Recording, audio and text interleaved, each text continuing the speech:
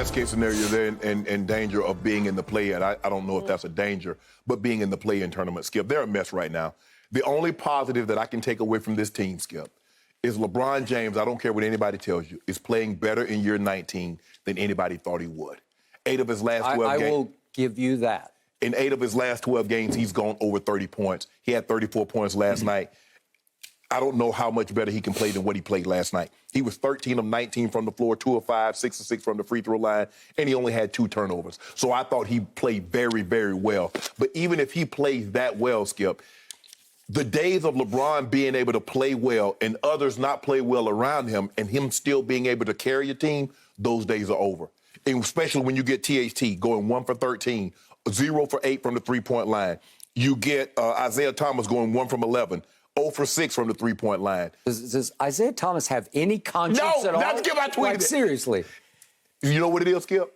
He on a 10-day. He's like, I might not be here after Christmas, so I got to get these shots in, Skip, because I don't know when I'm going to get more shots in the NBA. So on a 10-day, you got to take 10 shots a quarter, right? Yeah, because that thing come to me, I ain't looking to pass it. It's like it just hits his hands and it's up, It's up. And somehow, I don't know how, the Suns did a great job of rotating and always leaving THT wide open, and he was bricking it left and right. And that's the thing, Skip. In order for this thing to be successful, LeBron would have needed to play like he played last night for the entirety and not get hurt.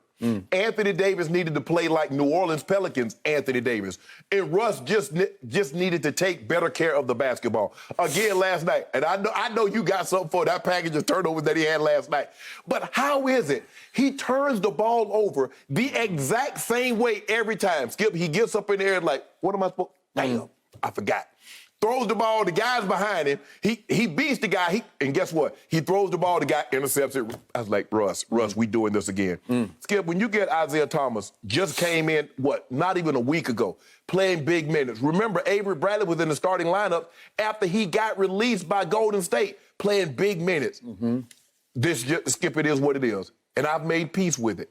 I've made peace that this team isn't very good. It's not going to become very good.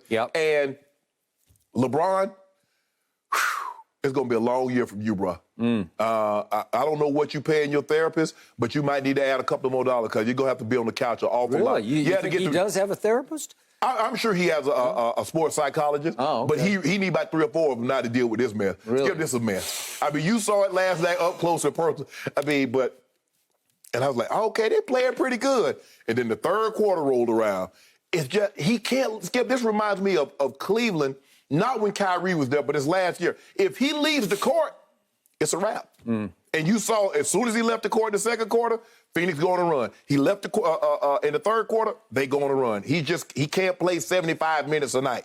And that's what it takes for them in order to win. But right now, when you look at this team around him, they're not very good.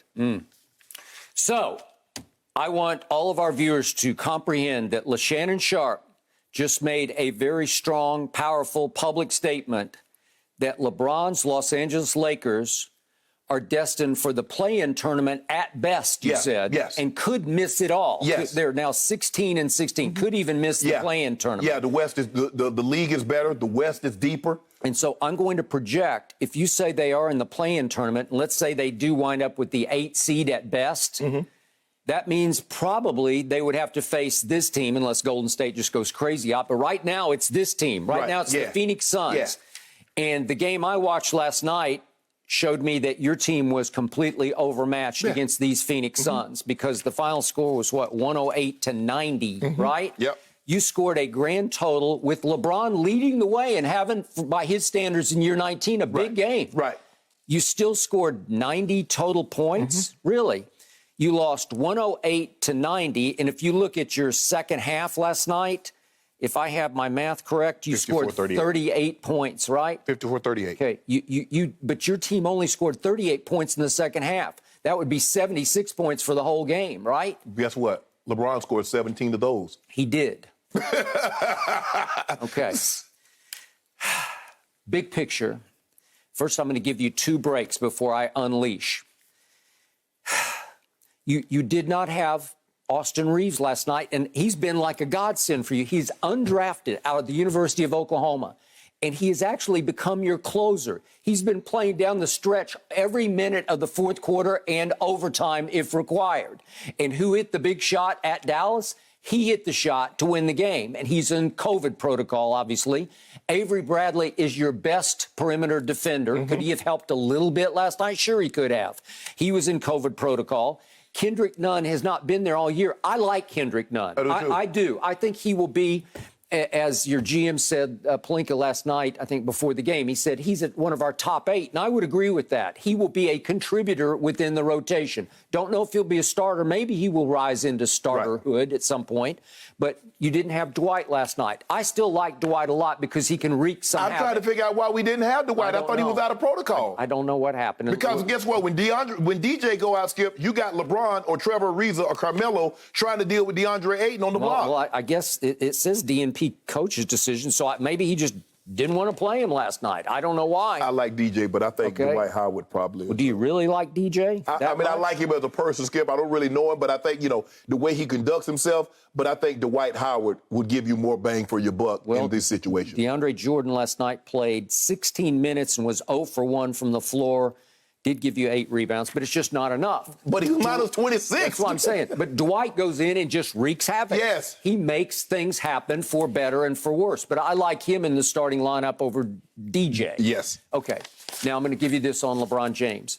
I loved his plan of attack last night because that's the first time all year where I saw him mostly put his head down and say, stop me. Get in the way of this freight train because I'm going to take some pounds of flesh here. I'm going to bang into you, and maybe they'll call me for an offensive foul, or maybe I'll just get to the basket and slam it on you, which happened repeatedly last night. Because if my math is correct, off the shot chart, LeBron was 7 of 9 in the paint. Well, 9 times in the paint is a great new departure for him. So he was 6 of 10 outside the paint, which for him is, I would consider that hot very hand. good, for him. So 6 of 10 outside, 7 of 9 inside. That is a recipe for success for LeBron. For LeBron. Just for LeBron. Yeah, exactly. But it is. And I'm going to give you this. He made all 6 of his free throws. Shocks me when he does that. He has risen up to 75.8% from the line. That ranks 75th out of 102. 75th. But for LeBron, that's pretty great. Okay, so I'm trying to give you some positives here to hang on to. And I will tell you this. In the big picture, it is still hard for me to fathom that a team with LeBron James, and once it gets all these players back from whatever injury or COVID protocol, it's hard for me to believe that it can't just make the playoffs. It may end up in the tournament to get into the tournament, but still, I don't think you can keep this team out of the playoffs. The problem's going to be you're going to draw Phoenix or Golden State in round 1, and then what are you going to do? But Skip, think about what you just said. You said LeBron James did everything that you've always wanted him to do.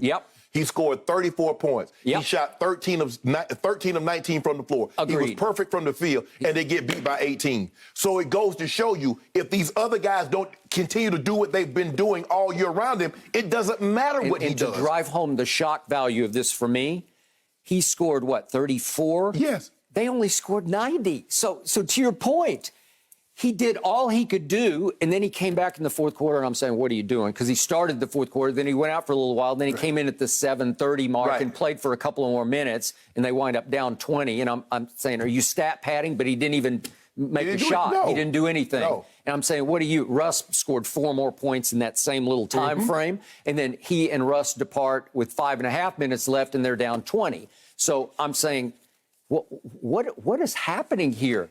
And again, there's no Anthony Davis, but you keep telling me when he plays, there's no Anthony Davis, right? The AD ain't got nothing to do with this one. But when he does come back, with those two, here's my bottom line. I'll just leap right to my conclusion. Russell Westbrook is a disaster for your basketball team. You cannot overcome him. He is completely out of control in so many different ways that your only hope to have a semblance of a team that could actually contend, I'm telling you, you've got to get rid of him at some point. And I know it's virtually impossible to do that because nobody wants that. What's he up, 42 million? Well, he's 41 point something this year, and then I think he has 47 next year. 47? Who wants that? even for box office, for marquee value. 41. 44 this year, because it's 91 over 2 years. All right, all right. So it's silly money for this disaster of a player who's become like a caricature of himself as a triple-double artist. But, Skip, if you look at it last night and people will just look, man, he was 10 or 20. He only shot twice, but he led your team in rebounds. He had 5 assists. But keep going over to that box. Go over to that other box. They had 14 turnovers. He had half of them. Skip, it's like, when have you known a team, a guy that leads the league in turnovers, win a title? It's just like a team winning the World Series that leads the MLB in errors.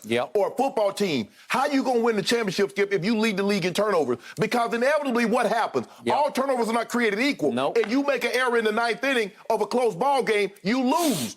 You turn the ball over in the 4th quarter of a tight ball game, you lose. I saw Patrick Mahomes on a Monday night throw for almost 500 yards, and you and I came in and talked about it. Against the Rams. Against the Rams. But what did he do, Skip? He gave up 2 scooping scores, if I'm not mistaken, and threw a pick. He did. He couldn't overcome that. As great as his stats were, as great as Russ' stats are, if you turn the ball over like he turns it over, it is so demoralizing. Not only to the teams, even the fans like, damn, again, Russ. Again and again and again. For the record, Russell Westbrook now leads the NBA in turnovers by 18. He's 148. James, who's obviously still in some kind of protocol or whatever's wrong with him, is at 130. 148 to second place 130, plus 18 turnovers on the second place turnover machine. This is all-time bad.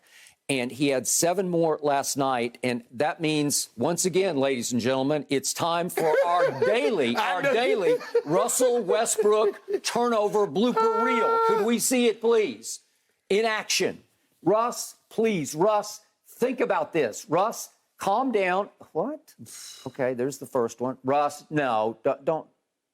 Russ? Who are you throwing it to? Nobody? Russ. Think about it. Watch this one. What? Leave it. Leave your feet with no plan. Russ. You know we got one of them. You're not even looking. Russ, do you realize you're in a basketball game? Whoops. Russ, you're not outside somewhere. What? No. And this leads to a 3. Yep, it did. Russ, just think. Look. Well, and LeBron saying LeBron thought he got fouled, but still, was it not covered? Is it not? It's a bad idea to start with, but we see just a parade of idiotic turnovers. And to your point and mine, it demoralizes the team because they get worse and worse by the game. And you just know guys are sitting over on the bench going, God, we can't win like this. Skip, the thing is about mistake. If a guy makes a mistake, you're willing to accept that. Hey, it's a part of the game. But how you continuously make the exact same mistake, leave your feet with no place to throw the ball, nowhere to go with it. Skip, I'm just wondering. I was waiting on the game. I watched the game in its entirety. And I'm waiting for Russ to say, okay, when the game going to dictate what Russ does? Because he's already tell me, he said the game will dictate what you do. So I guess the game started to dictate, man, you know what, we close in this ball game. Let me start turning it over so they can pull away. I guess that's because I was waiting. And, you know, I was waiting for the one that he stepped out of bounds. You know, guys step out of bounds all the time. You go, not one of those. Those are the mistakes that he makes. Skip, it's just hard to overcome because guys see it game in and game out. I've never seen anything like it. But like I said, he seduced us with the triple-double. He did. And all we looked at is points, rebounds, and assists. And we never bothered to look at those turnovers. Skip, I looked at it like this, and I was sitting on my couch last night. I was thinking, LeBron, you're in year 19, and you're asking yourself, you believe you can do something that Kevin Durant couldn't do in his prime. Think about that. We see how great Kevin Durant is, and he's still in his prime. But Kevin Durant couldn't do it. He said, I can't do this with him as my primary decision maker. So now to drive home this point, Russell Westbrook displayed the height of delusional audacity and arrogance. Early in that game last night, 5:50 left in the first quarter. He does it every time. He made a bank shot, which is his only shot that he can make as a jumper. He banked it in over Mikal Bridges, if we could see this. He banks it in on a little turnaround fall away. Nice shot, I'll give you that. And up court he goes doing, I just rocked the baby. You cannot rock the baby on Mikal Bridges. He's one of the better defenders in this league. He's long. He's taller than you are. He's probably 4 inches. He's 6'7". He's 4 inches taller than you are. He's much longer than you are. And you rocked the baby? Yeah. I said, that is out of bounds, and that is trouble because you, Russell Westbrook, are asking for Then what it. happened later in the ball Thank game? you. With 5:27 left in the second quarter, this is what happened. Take a bite of this, Russ. On Mikal Bridges, up and eat it. And to Mikal Bridges' credit, he doesn't gloat. Right. He doesn't taunt. He doesn't dance on him. He just went up to the other end and they made another basket. He did that the first game against Devin Booker, rocked the baby, and then Devin Booker went berserk on him. Yep. Rock. Rock the baby? Well, can you at least pick your spots? Can we at least win a game before you start rocking the baby? Rock the baby once there's like 10 seconds on the clock and we're up 10. Then you can rock the baby all you want to. You know, I tweeted this last night. This guy is so delusional that he actually thinks he's Jordan. You know, like he's the equivalent of Michael Jordan. Like, do you know who I am? I'm a first ballot Hall of Famer. And he is. Yes. Slam dunk. Yes. No question. Yes. Average triple doubles for the last 5 years. We've never seen anything like it. But what did I tell you? Yeah. When they signed him, he is a solo act of a stat machine. Mm-hmm. What did I tell you? I warned you 4 times in the past 8 years, he's led the league in turnovers, and 4 other times second in turnovers. So you can't overcome it. No, you can't. It's way more bad than good. Right. There's always some good. He had a stretch of 4 or 5 games when you thought, well, he's kind of blending in a little bit. He cut down on the turnover. He cut down on the bad shot because, Skip, we know, I mean, the likelihood of him shooting 50% from the floor again is not very good over the next couple of games, especially now they got the Nets on Christmas. You know he's going to try to show up KD, but that's another story. Skip, at the end of the day, it's just hard to overcome. If your quarterback turns the ball over, Skip, how do you overcome that? You covered this game. Okay, well, Jameis Winston, we'll go back 2 years ago. What happened? That's the exact same team. Same team. It's a 7-9 team with Jameis throwing, what was it? He had 30 he had 33 touchdowns, 30 picks. Yeah, 30 picks and 5 lost fumbles, 35 giveaways. Right. So how does the guy that has the ball the most in his hand, he's turning it over? And they went 7-9, and then Brady comes in and he goes 40 touchdowns to 12 interceptions, and you know the rest of the story, right? There it is. It's about turnover ratio. Yes. It's why my Dallas Cowboys are suddenly 10-4. Right. They're second in turnover ratio. Dak's still giving it away, but boy, do we take it away. But you're taking it more than you're giving Way it. more. And you could overcome Dak not playing up to the Dak level that you expected if your defense is going to give you 4 or 5 turnovers a game. But when you're not playing as well offensively, you can't guard and you give the ball away on your possessions. Yep, I agree. You ain't overcoming that. Okay, so here's my bottom line. If you could get everybody healthy and out of protocol, if somehow you could remove Russell Westbrook, which I find virtually impossible, but if you could, I promise you'd be a better basketball team. If you had AD back with LeBron and all the rest of these players, you could mix and match much better than you can with Russ. Yeah, Russ is a Christmas tree in June. How the hell I get rid of it? Well, how do you? I don't know, because you don't want to just cut him. No, you're not cutting him. You can't cut him. You got to buy him out, and he's going to want all his money. He's not taking pennies on the dollar. No, so, and it's virtually impossible to bench him, to DNP him, because he's good. You want to talk about making waves? Good luck with that. Yeah. So I fear you are stuck with him, but I promise you'd be a better basketball team without Russell Westbrook. Well, maybe we need to send some scouts down there to take a look at John Wall. I mean, they got very comparable contract. Would they do it just so Houston could have a gate attraction? I don't think. They've had him before. Yeah, the Houston like, nah, we're good.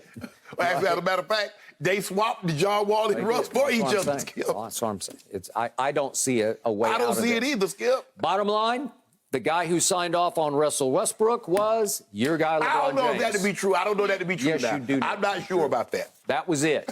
Fatal mistake by LeBron James. Congratulations. There's no other way to put it at this point, Shannon. Sorry, it's not looking good. Thank you for watching. You can subscribe here to get the latest from the show, and be sure to check out more of the best clips from Undisputed, or go watch a few other segments from our other shows on FS1.